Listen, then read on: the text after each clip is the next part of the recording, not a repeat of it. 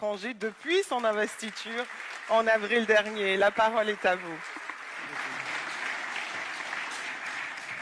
Monsieur le Président de la République française, notre hôte, Monsieur le chef d'État et de gouvernement, Mesdames, Messieurs les ministres, Monsieur le Président de la Commission de l'Union africaine, Monsieur le Président du Conseil d'administration de Gavi, Mesdames, Messieurs les ambassadeurs, distingués invités, Mesdames et Messieurs, je voudrais tout d'abord remercier les autorités françaises pour l'accueil chaleureux et l'hospitalité qui nous ont été réservés depuis notre arrivée à Paris. Je suis heureux de me joindre à vous aujourd'hui pour participer à cette campagne de mobilisation pour la souveraineté et l'innovation vaccinale dénommée Lancement de l'accélérateur africain de fabrication de vaccins. Je félicite vivement les organisateurs de cette rencontre, Gavi, l'Alliance mondiale pour le vaccin, l'Union africaine à travers le Centre de contrôle des vaccins CDC Africa et notre hôte, la France, pour leurs efforts au service de la santé publique. Par ma présence à ce forum, j'ai voulu exprimer mon attachement personnel à la santé et la place qu'elle occupe dans l'action de mon gouvernement. L'histoire récente de la pandémie Covid-19 nous a montré combien nous étions vulnérables, mal préparés face aux pandémies et que par conséquent, la santé doit être une priorité permanente.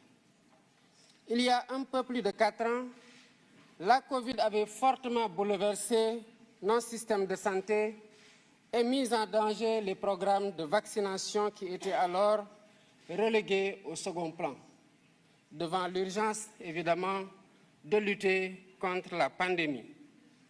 Ainsi, selon le rapport de l'UNICEF de 2021, 23 millions d'enfants n'avaient pas reçu les vaccins de base nécessaires à leur croissance normale au plus fort de cette crise sanitaire.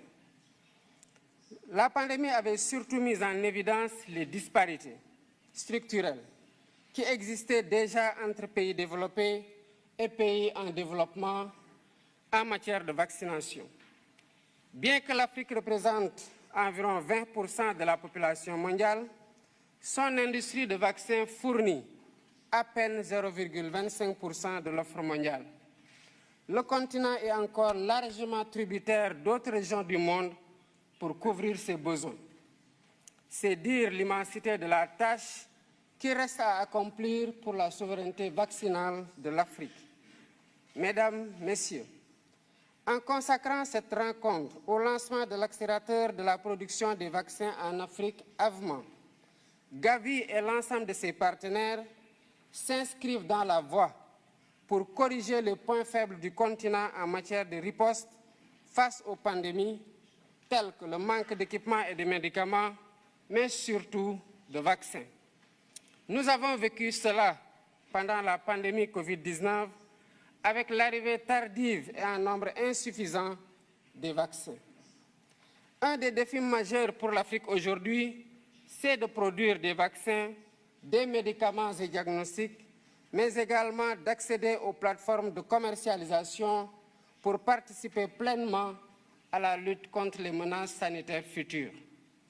C'est une volonté politique de l'Afrique et nous invitons tous les partenaires à soutenir cet agenda qui constitue une priorité au même titre que les autres priorités liées notamment aux situations de guerre ou de changement climatique. L'Afrique a les capacités de production locale de vaccins. Des pays pionniers s'y sont engagés, dont le Sénégal avec l'Institut Pasteur de Dakar. Je rappelle que cet institut existe au Sénégal depuis un siècle et qu'il a une expérience quasi centenaire dans la fabrication de vaccins. L'Institut Pasteur de Dakar a fabriqué son premier vaccin contre la fièvre jaune en 1937. Ce même vaccin a reçu la préqualification de l'OMS en 1966, donc depuis plus de 50 ans.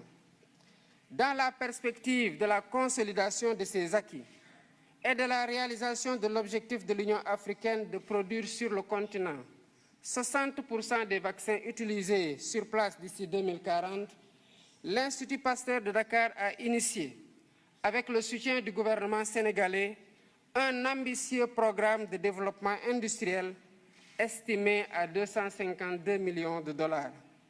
Ce programme vise à maîtriser toute la chaîne de valeur en matière de production pharmaceutique, depuis l'identification des besoins jusqu'à l'utilisation des produits par les bénéficiaires. La réalisation de ces infrastructures et l'acquisition des équipements sont en cours de finalisation. Le site du vaccinopole de Diamniadio, qui constitue une des entités de ce programme, aura une capacité de production annuelle de 3 millions de doses de vaccins de routine, épidémiques ou pandémiques, et utilisera les 3 plateformes technologiques dont l'ARN messager. Pour encadrer toutes ces initiatives, le Sénégal a déjà mis en place l'Agence nationale de réglementation pharmaceutique, qui s'est beaucoup employée pour atteindre les phases de maturation et d'homologation requises. Tout ceci n'aurait pas été possible sans un surcroît d'efforts dans la mobilisation des ressources pour le financement de la recherche, de l'innovation et des infrastructures de santé. Je remercie à ce sujet les pays, institutions et organismes partenaires, au premier rang desquels figure Gavi, pour le soutien qu'ils apportent au Sénégal, en particulier dans les efforts de promotion du vaccin et de la vaccination. Notre partenariat avec Gavi, il faut le souligner, nous a valu beaucoup de résultats positifs. Merci, M. Barroso, pour ce soutien constant.